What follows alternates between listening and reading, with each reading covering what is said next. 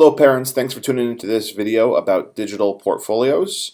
In this video we're going to talk a little bit about why we do the portfolio in Ellington. We'll share how you can access your child's portfolios. We'll talk a little bit about the expectations for work samples and reflections and what we're asking students to complete. We'll talk about the high school and why the high school requirements are a little bit different, and just some good information to know as a parent. Then finally we'll wrap up with some tips to support the portfolio at home. Okay, so let's start by talking about why we ask students to do portfolios in Ellington and why we believe that the portfolio is an essential part of the student's academic program. As students go through school and they're getting all of these different assignments, it's very challenging for them to kind of look at a given assignment and then say, all right, I'm doing this assignment not only to get a grade or to do what the teacher told me to do, but this assignment's actually helping me get better at something that I'm going to be working on over and over and over again while I'm in school. That's going to be an important skill for life. So we think that by having the student collect their work into these categories in the portfolio, it helps them see the connections between the different works and the different classes that they're working in to kind of these bigger skill categories. That's like, I'm in school because I'm trying to get better at these core things that are going to be important for whatever I choose to do after I'm done with school, whether that be college or the workforce. The portfolio also has a lot of reflection built into it. There's a lot of research around the importance of having students stop and think about their work and reflect on their next steps. By asking students to do this work, we're ensuring that all students are starting to become reflective thinkers, and that's going to lead to more growth in their work over time. Also, the portfolio is a great artifact that just shows evidence of growth over time. A student who in 6th grade can look back to 5th grade, can look back to 4th grade, see their writing samples from a couple years ago and be able to say, wow, I got a lot better at this skill. Look at what I could do last year and look at what I can do now. And I believe that's going to lead to some growth and confidence in students' just kind of self-worth. And then finally, the portfolio categories are based off of the high school graduation requirements. Even in elementary school and middle school, the categories kind of are the same. So the portfolio is a way that students can demonstrate their proficiency in the skills that are going to be needed to graduate high school. And it's not just about graduating high school. You'll see that those portfolio categories are also just essential skills for whatever a student wants to do after school, whether that be college or career. Reading, writing, thinking critically, collaborating. No matter what you do, those are going to be essential skills for life. So the portfolio is a way students can demonstrate proficiency in those areas. So let's move on to the parent access to the portfolio.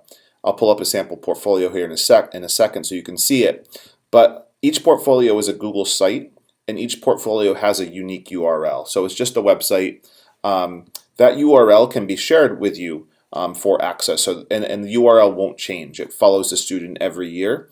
So you can ask your child for the URL. You could also email your child's teacher or advisor, and they could share that URL with you, and you would have access to their portfolio so that you would be able to see kind of what they've completed so far and what kind of work they're putting into it. Let me quickly just pull up what the portfolio will look like. This is just a blank template of one. So you see there's a tab for every grade, and then in each grade there is categories: read, write, think critically, perform, utilize technology, collaborate. And the categories are pretty similar elementary school and high school. And those are the categories that the students would be completing each year. So you can get access to this. This is the URL of the site. Your child will have a unique URL to them. And once you have that URL, you can gain access at any time. All right, moving on here. Let's talk a little bit about expectations. So in grades 3 through 6 in elementary school, 3rd graders are the youngest students that have a portfolio. They're asked every year to put in 4 pieces of academic work and complete the interests and activities section. When students get to middle school, they're asked to put in 10 pieces of academic work, and then it increases slightly in high school. So if we go back to our sample portfolio here, you will see that, say, a 3rd grader, for example, they should put 1 piece of work into the read effectively category, which would look like this, and there's a spot for them to put their work sample. and one piece into write, one piece into think, one piece into create perform. Then there's a little section here for them to kind of talk about their interests and activities. And having those 5 sections complete is what's expected for a 3rd through 6th grader. You'll see once you get to 7th grade, there's one additional category, but also there's spots for 2 work samples. So there's one by December and one by March. And that's a similar thing in 9th grade through 12th grade. There's an additional category, but in each section there's a spot to put 2 work samples, which is why you see that the number of work samples in 7th grade and through 12th grade kind of increases slightly each year.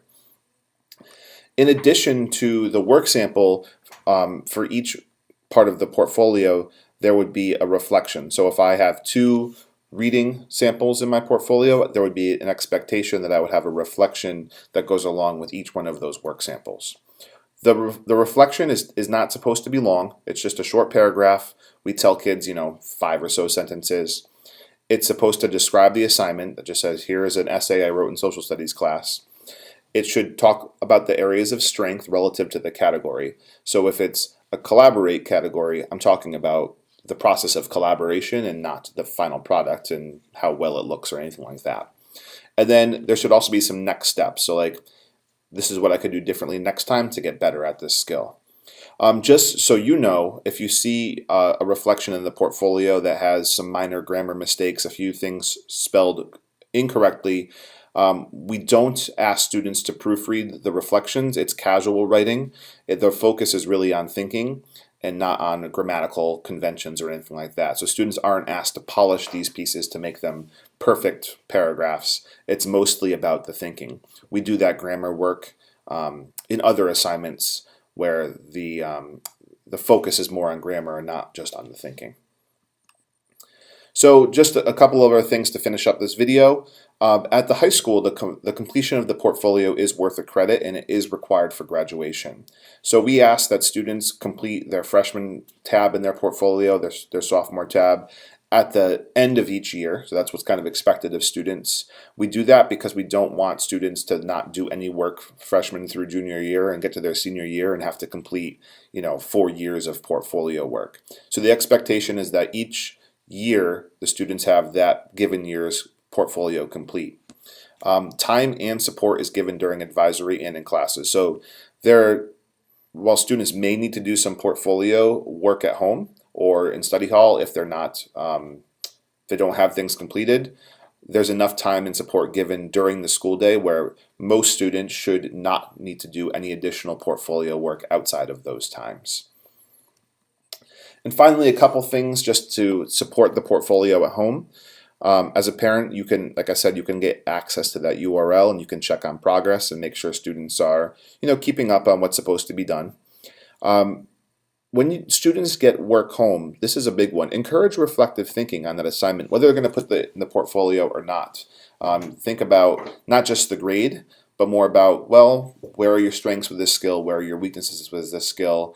What was this assignment supposed to help you get better at? Where were you successful, and where might you do some different things next time you do this type of work? And also, students do present portions of their portfolio at portfolio presentations or student-led conferences, depending on which school your child goes to. They're kind of a little bit different, but very similar. Attendance at those portfolio presentations or student-led conferences helps give an audience to the portfolio and let students kind of share the work they've been doing in the portfolio, which is helpful for them to get feedback and continue moving on with the work. Thanks for tuning in. I hope that video was helpful. If you have any questions, please feel free to reach out to myself, Mr. Nash, or Ms. Dandapani, and we would be happy to give you any additional information you may need about successful completion of the portfolio.